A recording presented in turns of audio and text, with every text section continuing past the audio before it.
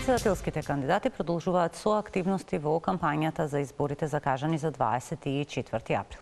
Кандидатот за председател на ЗНАМ, Максим Димитриевски, ја заснова програмата на 5 принципи, а како што рече во Штип, на Македонија е потребен председател обединител. Се чувствува енергијата кај граѓаните и поддршката која што доаѓа и кон мене и кон ЗНАМ секојдневно. Ние ќе водиме позитивна кампања. Ќе работиме на обединување на македонскиот народ и македонските граѓани во целост. Нашата цел не е да ги делиме граѓаните по политичка, верска или било која друга основа.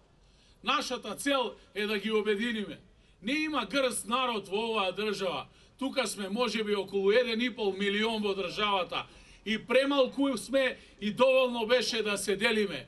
На Македонија е и потребно обединување. На Македонија е потребен председател кој што ќе биде обединител и на македонците и на сите етнички заедници во државата.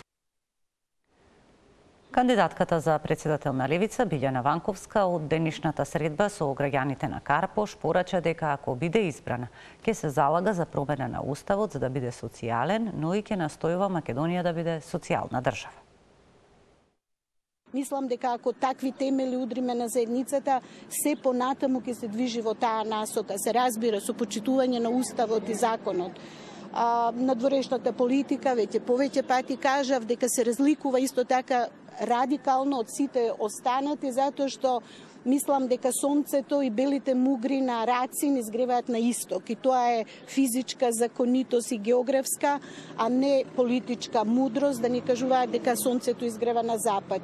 На запад се случуваат драматични работи, светот се менува, ние треба да гледаме на сите 4 страни од светот и секаде каде што постои минимална можност за економски развој, за инвестиции, за градење на култура, на соработка, на мир, на меѓународна солидарност. Стево Пендаровски и СДСМ се однесуваат како досега да биле опозиција, а не власт, рече од Радовиш кандидатката за председателка на ВМРО ДПМН е Гордана Силјановска-Давкова. Таа вели дека тие се бледи политичари без препознатливи дела. Слушам како сум немала програма, па како веројатно се инспирирам од зборовите на Стево, иако ја не сум чула да има нешто од програмата, бидејќи ако велите дека досега сте работеле како што треба, убаво вели лидерот на ВМРО ДПМН дека тогаш продолжете како досега. Ама луѓево се однесуваат како да сте, како да имаат некои што ги заменуваат. Јас, верувале или не ги препознавам во говорите. Имам чувство дека мислат дека биле опозиција, а не власт. Не баре сме во далечната 2016 година и сега истото она со што тогаш дошле на власт го повторуваат. Кандидатот за председател на СДСМ Стево Пендаровски вечерва од митингот во Кавадарци упати за болница до опозицијата да не репреговараат за сите договори кои земјата ја вратиле во цивилизираниот свет, за да не се чека повторно повеќе од 20 години.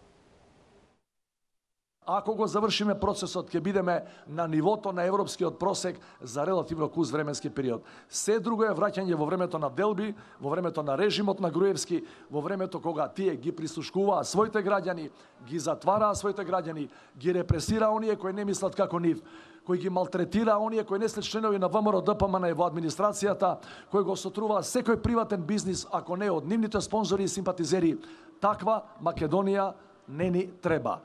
Предлагам, апелирам на 24-ти со крајно масовна мобилизација да излеземе сите и да покажеме дека сакаме напредна, прогресивна, демократска, нормална Македонија, нормална европска држава, а не Македонија кога во нивно време беше приватна собственост на фамилијата и на неколкумина во врвот на таа политичка партија.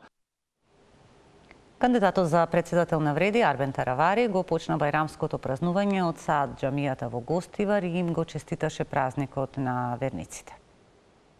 Денеска е фитер бајрам, би ја искористил шансата на сите муслимани да им го честитам бајрамските празници, празници кои што се познати за толеранција и пријателство. Им посакувам што поубави моменти да си поминат со нивните семејства.